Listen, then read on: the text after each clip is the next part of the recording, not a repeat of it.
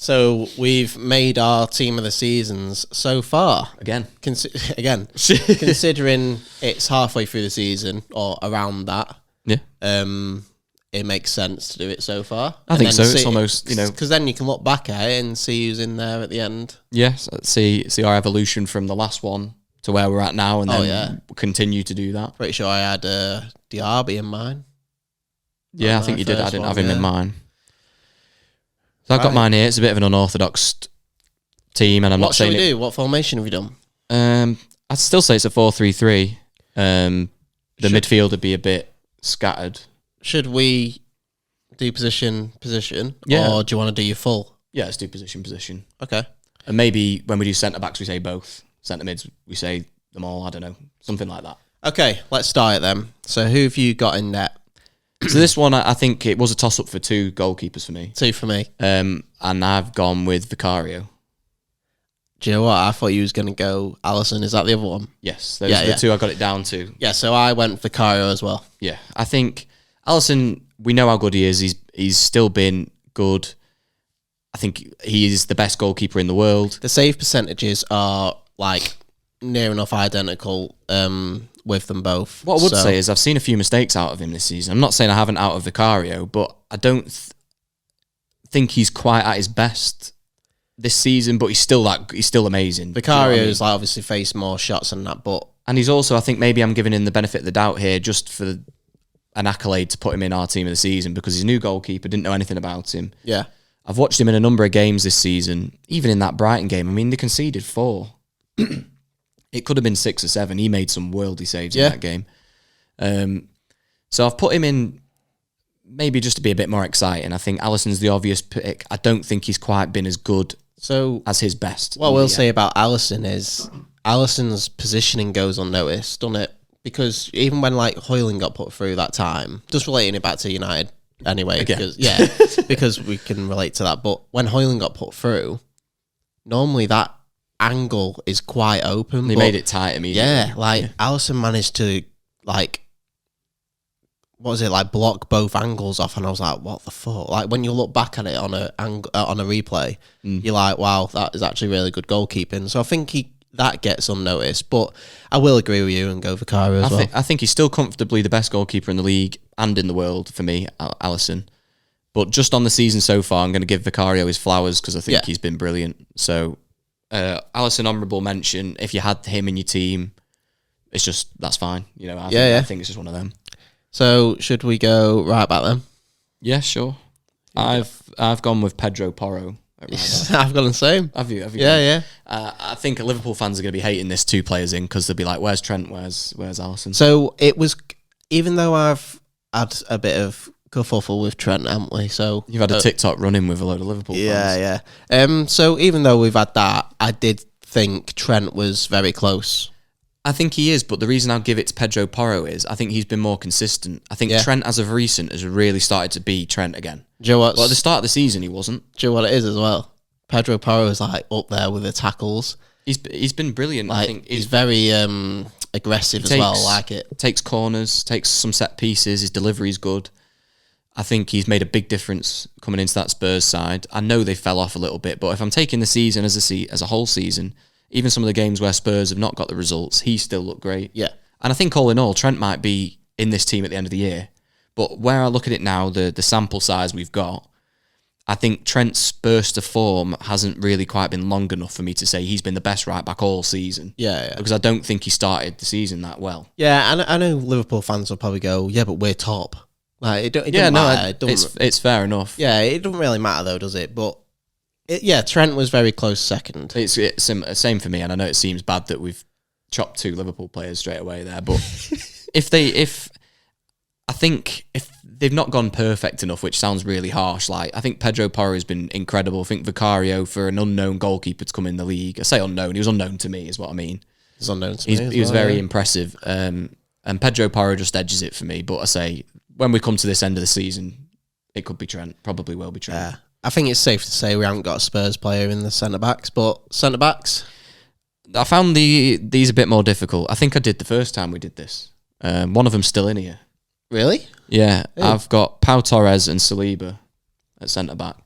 I've seen a drop off from Saliba, but I've put him in on the basis that, again, I'm taking the season so far in total. I still think he's been probably the best centre-back in the league. Pau Torres hasn't played the last 2, has he? But I think that's the difference. You look at him, they struggled with him against Burnley. Yeah. They struggled with him against us. And that, to me, is almost why I've ended up putting him in, because I thought the absence of him has been really noticeable to me, because I feel like I've watched Villa quite a lot this season. And I think he started really well. He nearly got in my team of the season so far when we started the season, but obviously he had that first game where he came off the bench or got subbed against Newcastle and they got hammered. And I think he sort of found his own, and I think their ability to play out from the back is so vital to have him in there. And obviously Villa are right up there. I do like Pau Torres, but I've gone for a different one alongside Saliba. You still got Saliba. Yeah, so I've got Saliba. I just think Saliba's unreal. He has dropped off massively, Yeah, and he's but had Arsenal have dropped off, so- he's had a few mistakes that have led to goals too, but overall he's still been too good to leave out. Yeah, I'd take him any day. My partnership with him is Van Dijk.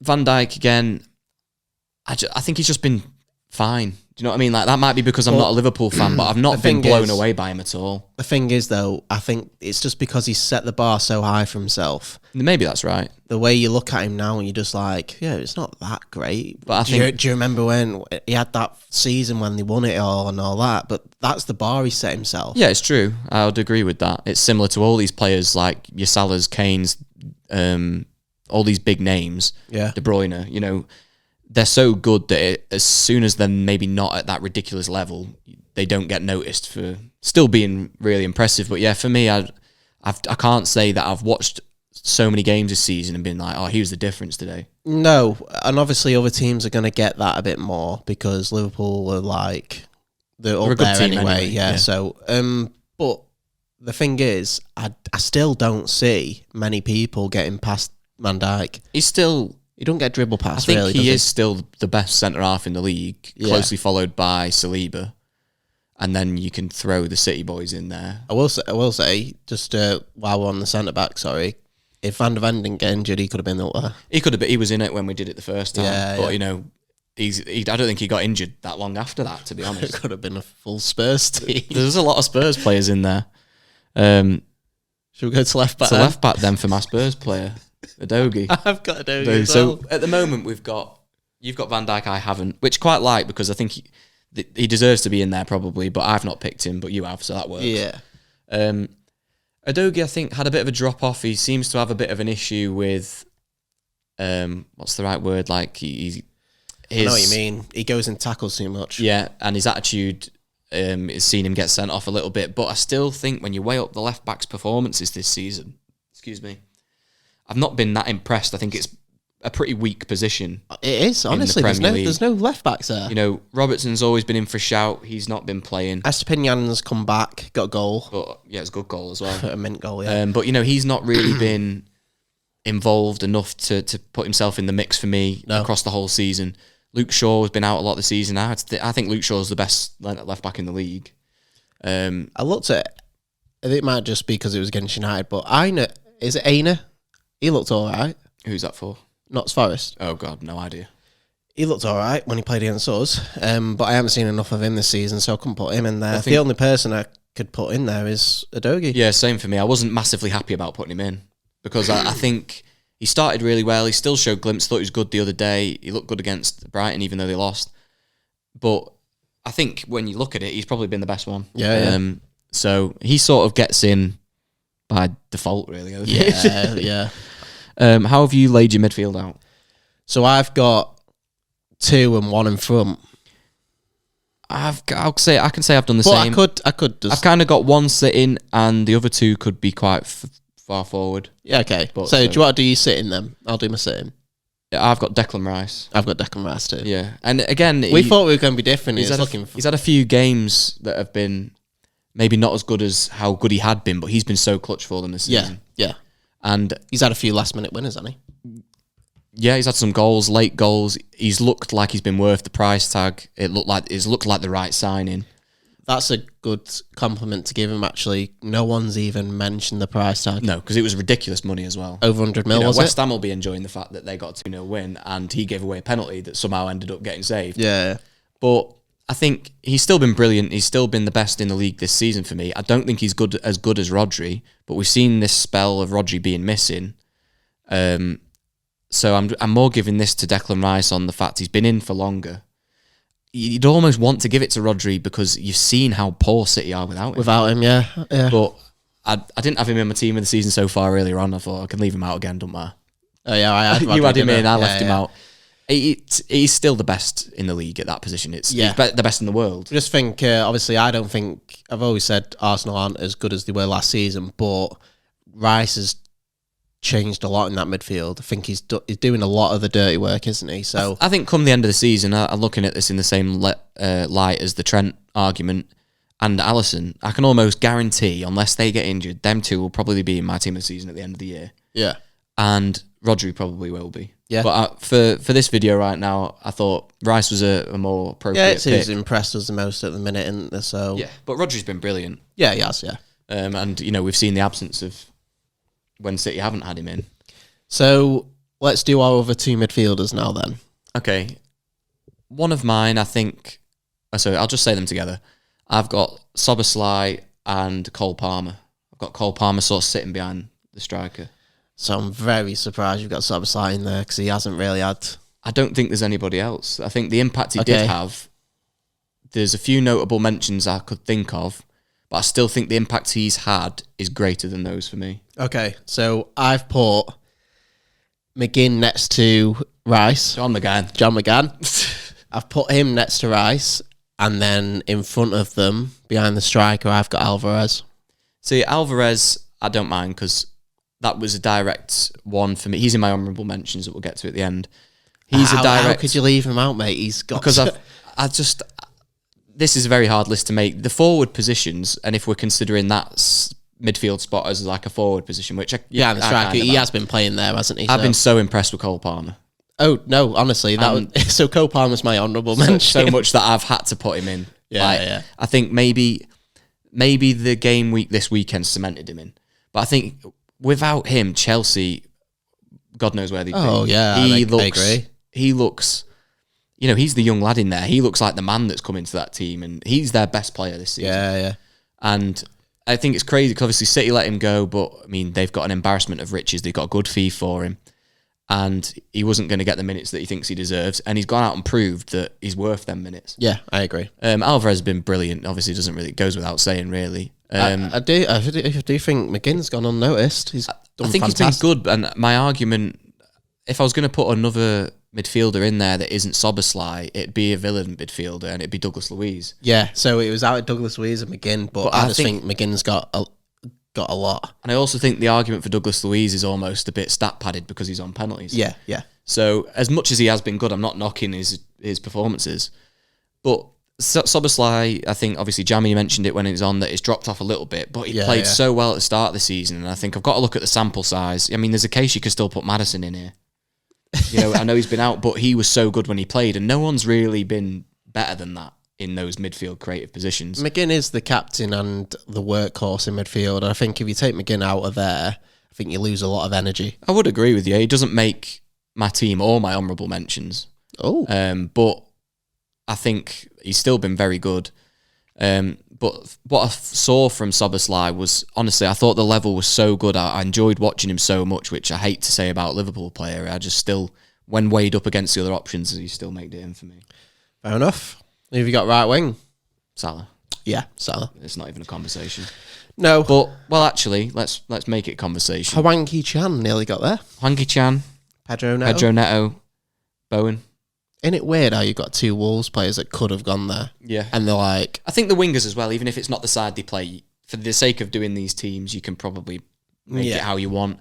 Jared Bowen's been brilliant, and obviously he comes in from the right, but nobody can take this off Salah. It's just so clearly Mo Salah. Yeah. And Salah hasn't even had anywhere near his good season, has he? His return's been pretty good, but I would say... In terms of stats, it's still there, but I mean, when I'm watching him, it's not as good as what he could be. I think there's goals chirping in from other places for Liverpool. Nunes is getting on the score sheet a bit more.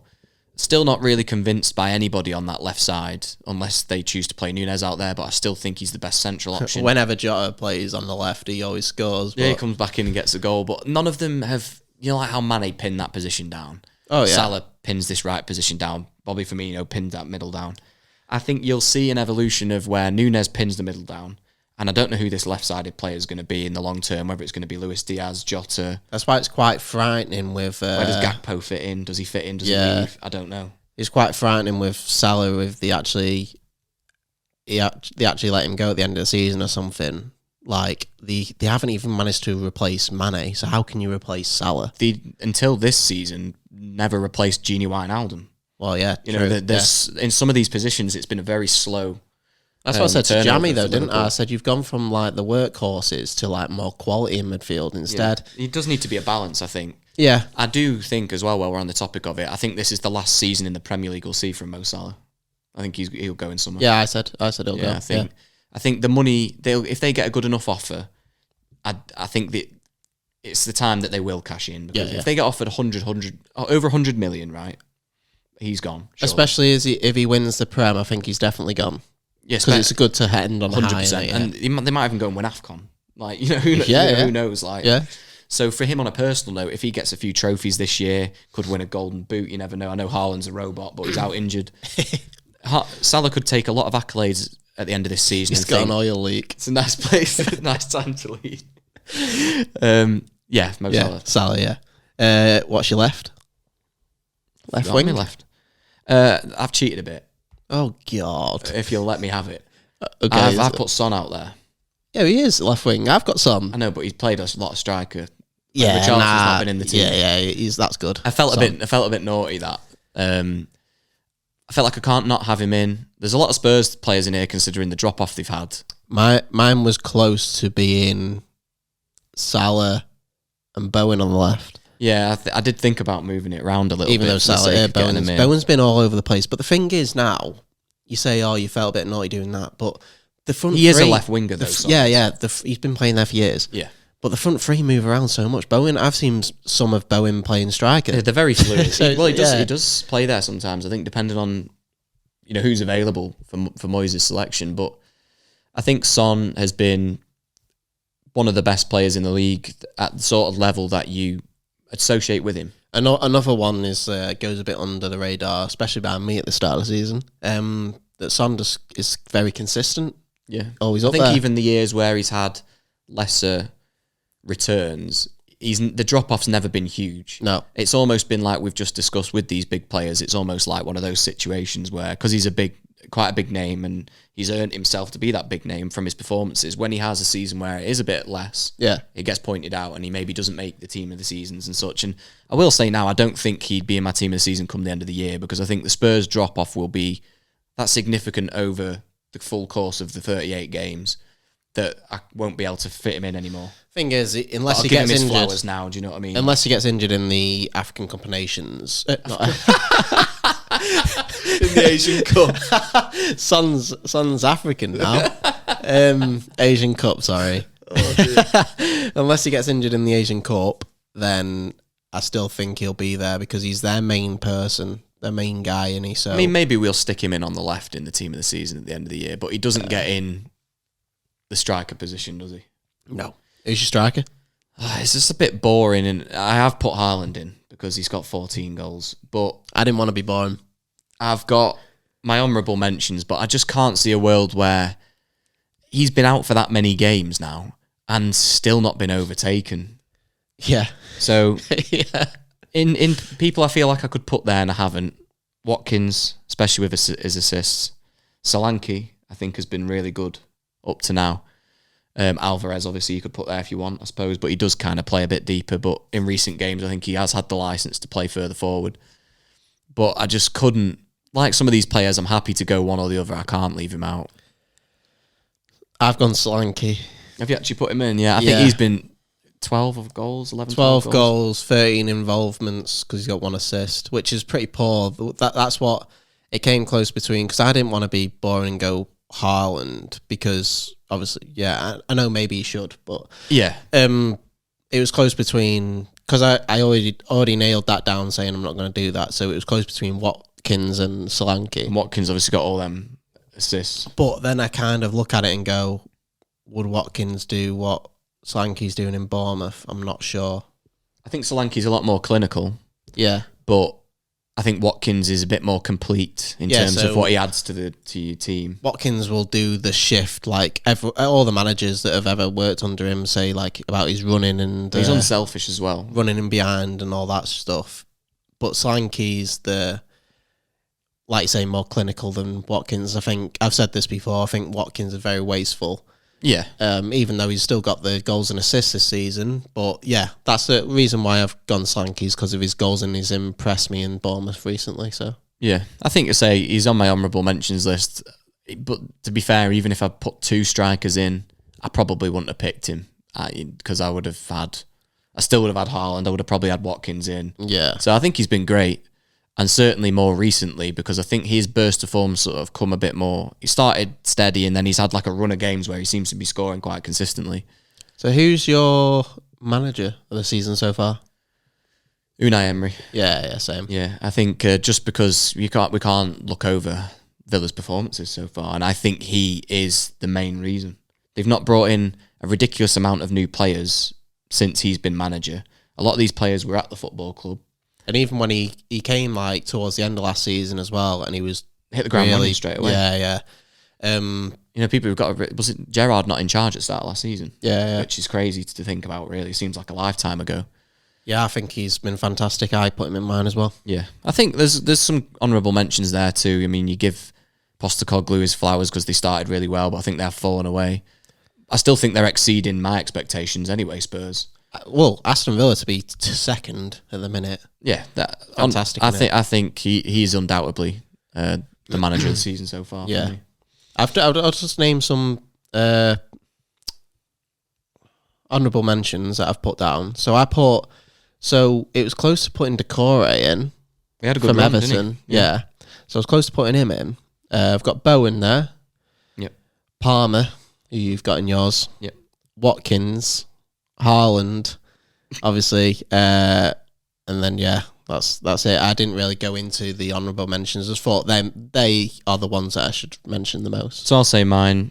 I know we've gone on them there, but just to round it off, I've got Watkins, Hwang Chan, Jared Bowen, Alvarez, Solanke, Pedro Neto, and Phil Foden. Phil Foden's a bit too late, but I think he's been so good now. I can see this being his sort of run now where it really kicks on. Yeah, he's close to maybe he could probably overlap Bernardo and maybe go into the end of the season. But like right now, I can't really put him in, but he's looked that good in recent games that I can see him sort of kicking on now. Yeah. Team of season so far. You'll have to let us know who you agree with more. Obviously, we've sort of covered put some graphics out. Yeah, we've sort of covered some of the players that we haven't put in, so you can understand our picks. I'm sure there'll be people that don't have ones we have, but I think we've covered most of them. I don't think we've missed anybody from an actual mention. No, it's weird because I went to put like honourable mentions and I was like, I haven't even got a centre back in there. And then I looked, I was like, no, none of them impressed me. Here's one for you then. I tell you what, I like Zuma. Yeah, he has been good. Cat kicker. Cat kicker. You don't get in because he kicks cats. But here's one for you guys watching at home if you're watching on YouTube. Let's have some competition for left back position because that stumped us. We've obviously gone with Udogie, and we have been impressed by him, but we don't really think there's many other shouts for that at all. No, not so far anyway. And when we look at this season, I'm not talking in general. And to be fair, I don't think the right back, even in the world, right back and left back are not really blessed with big talents. It's not incredible. So. There's not lots and lots of players, no. But yeah, let us know what you think.